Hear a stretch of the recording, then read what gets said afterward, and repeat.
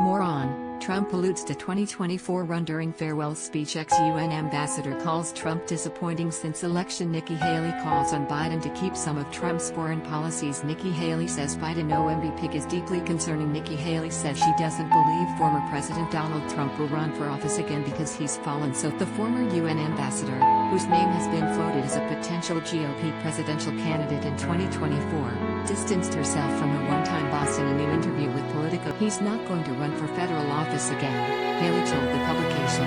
Pressed on whether Trump will spend the next 4 years gearing up for another run, she replied, "I don't think he's going to be in the I don't think he can. He's fallen so far."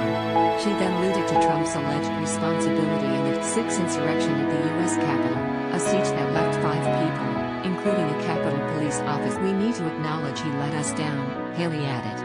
"He went down a path he shouldn't have, and we shouldn't have followed him, and we shouldn't have listened to him, and we can't let that ever happen again."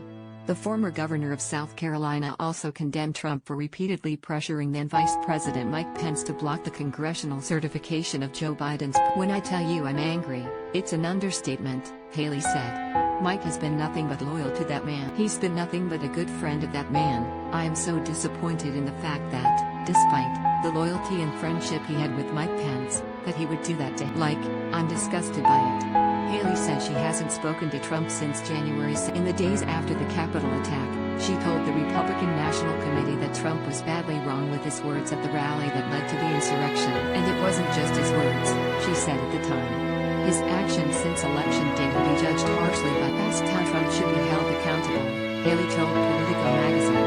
"I think he's going to find himself further and further isolated. I think his business is suffering at this point.